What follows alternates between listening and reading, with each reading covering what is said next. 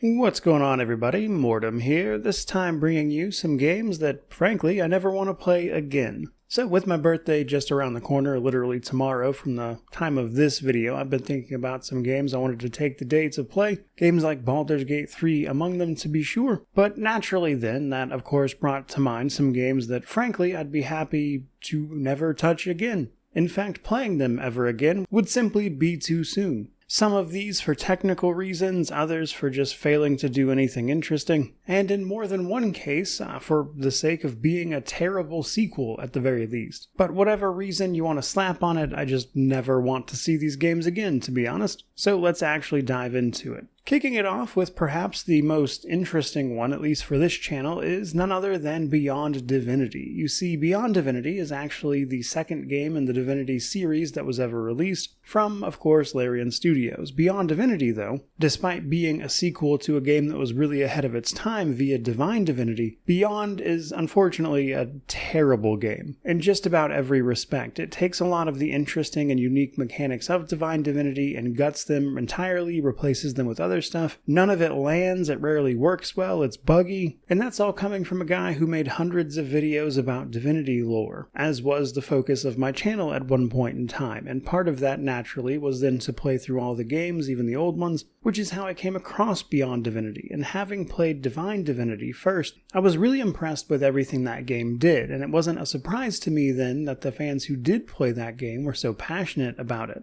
Now, unfortunately, behind the scenes, Larian Studios at that time was really struggling with publishers, which is why they ultimately went the self-published route, which is all history. And in fact, Swin has given interviews about this and explains many of the reasons Beyond is the way that it is, not least of which because of the amount of stuff they had to constantly cut just to ship that game at all. He talks about a really early quest in that game where you are supposed to bring a mushroom back to a goblin, and it went from being this elaborate thing to literally walking into the next room and grabbing it and bringing it back. And that little anecdote sums up most of what there is to know about Beyond Divinity, at least in terms of gameplay and how it actually feels. But the really frustrating part there for me personally is that from a lore perspective in the Divinity universe, Beyond Divinity is a really important game because it chronicles the tale of Damien escaping from Nemesis. Lucian, having failed to kill Damien as a baby, thinking he could save him, ultimately raised Damien to be exactly what the fear was, which was an avatar of chaos, but eventually realizes he cannot stop this, and so he banishes Damien to the realm of Nemesis. This is a realm controlled by demons, but is not where they are originally from. They are from a realm called Tartarus, and they invaded Nemesis, which was actually home to an alien species known as the Ron. He was nonetheless trapped there. And Beyond Divinity is all about how he escaped to then take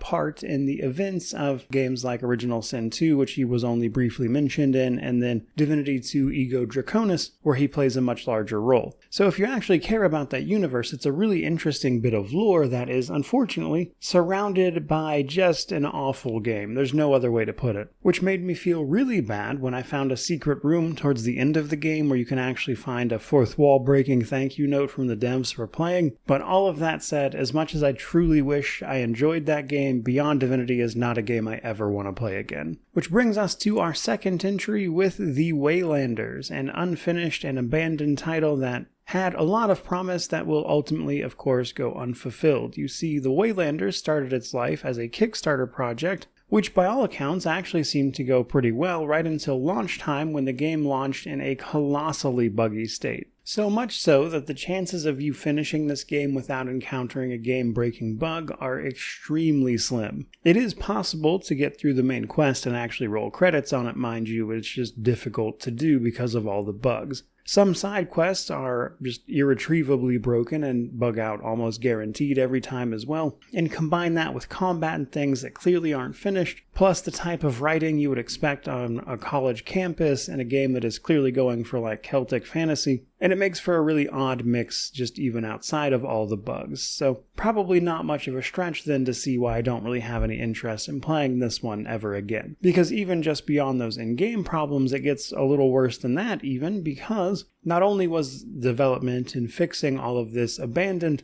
so was the Kickstarter rewards and things like that, stuff they did not ever actually deliver on from their Kickstarter campaign. And yet, in spite of all of that, the Waylanders was a game with promise. Even some of the stuff that is there and still working correctly is decently interesting. There are plenty of things not to like about it, to be honest, as I've just went over, but in spite of that, again, it did have potential. And while I am thus not really interested in ever playing this game again, what I would be curious about personally is actually hearing the story of exactly what went wrong behind the scenes, which I have a suspicion is obviously just down to money of some sort, whether it was mismanaged or costs getting out of hand, that type of stuff. An actual play-by-play of what went down that left the game in such a state would be of great interest to me personally, but I imagine not too many other people. But either way, that's a game you just gotta let go. Which brings us then to our third entry, WtA Earthblood. Now, unlike the previous two entries, Werewolf here isn't entirely broken. It's just not a game that executes what it was trying to do particularly well, outside of a couple instances where you get to shift into a full werewolf form or a Garou, and have a few fun combat encounters. But the thing is, the way all of it is set up is extremely gamey and linear, so you're supposed to be able to shift between various wolf forms and accomplish a few different things. But the catch here is, it's not really up to your discretion, but rather if you are in the sneaking portion of the mission, then what you're going to do is use a regular wolf form to sneak around, and then in set combat arenas you shift full werewolf and actually take everything out and fight them. And it's just one of those cases of extremely wasted potential, as is unfortunately a lot of the cases with games in the World of Darkness franchise, which Werewolf the Apocalypse is part of, alongside IPs like Vampire the Masquerade as an example. Ultimately, Earthblood is the type of game that you might enjoy if you're just looking for a game from like the 2000s that was short and linear with a couple of decent ideas, but it really doesn't hold a candle to anything modern, and its shortcomings become apparent very quickly, which is why I ultimately gave that one a don't recommend. But keeping it moving, that then brings us, of course, to our fourth entry, which is none other than Empire of Sin, a game I've mentioned here and there about not enjoying much, but my main problem with Empire of Sin is that it really just doesn't seem to know who its audience was supposed to be. Which is unfortunate because it, again, has some neat ideas in that you are put in the role of one of a bunch of different gangsters who then compete to, of course, take over neighborhoods and manage crime syndicates in 1920s Chicago. And given all these different gangsters have all these different bonuses, and you can of course set up and play to their advantages, which is an interesting idea in concept, unfortunately just never really comes to its fruition, because, as I mentioned, the game doesn't seem to know who it wants to be for, because it combines a whole host of like 4X strategy style gameplay alongside turn-based battles that are more akin to something you would find in a TRPG, but because of its split focus between all these systems and how you can move around the city and stuff, or at least the city blocks, and manage all of your individual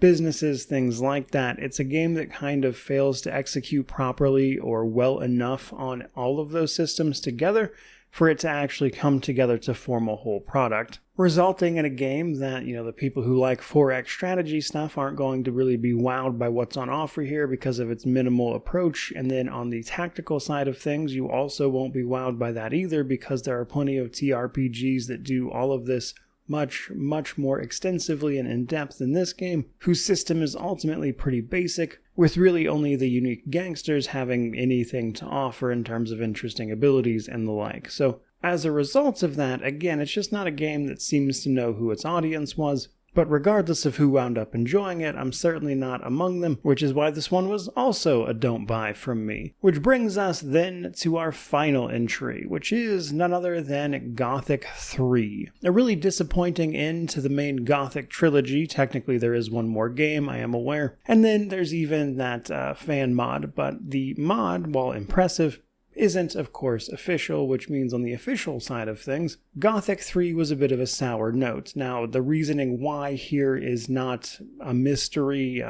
Piranha Bytes had a falling out with their publisher, Jowood, all the way back then in 2006, and, in more recent news, Piranha Bytes themselves closed down, with Jowood also being closed, but long story short, the simple reasoning here is that Gothic 3 was released, by and large, completely unfinished. In fact, for most people, the game won't work at all if you were to just buy it and fire it up. You have to use some community mods, things like that, to actually get the game running well enough to play it. Even then, though, the game is extremely buggy to this day, with the mods being hit or miss at actually fixing some of those more prevalent problems. But, considering that the alternative is to probably not play it at all, you could do worse. But discounting those problems completely, because let's be honest, as a channel that reviews plenty of 20-plus-year-old games all the time, that is nothing new, frankly. So then you have to consider, however, the other issues, like the fact that the way the story kind of unfolded here was not something that I enjoyed. This game finally sees you in full-blown confrontation with the orcs, which has been alluded to in Gothic 1 and 2, but whereas Gothic 1 and 2 were more interesting experiences,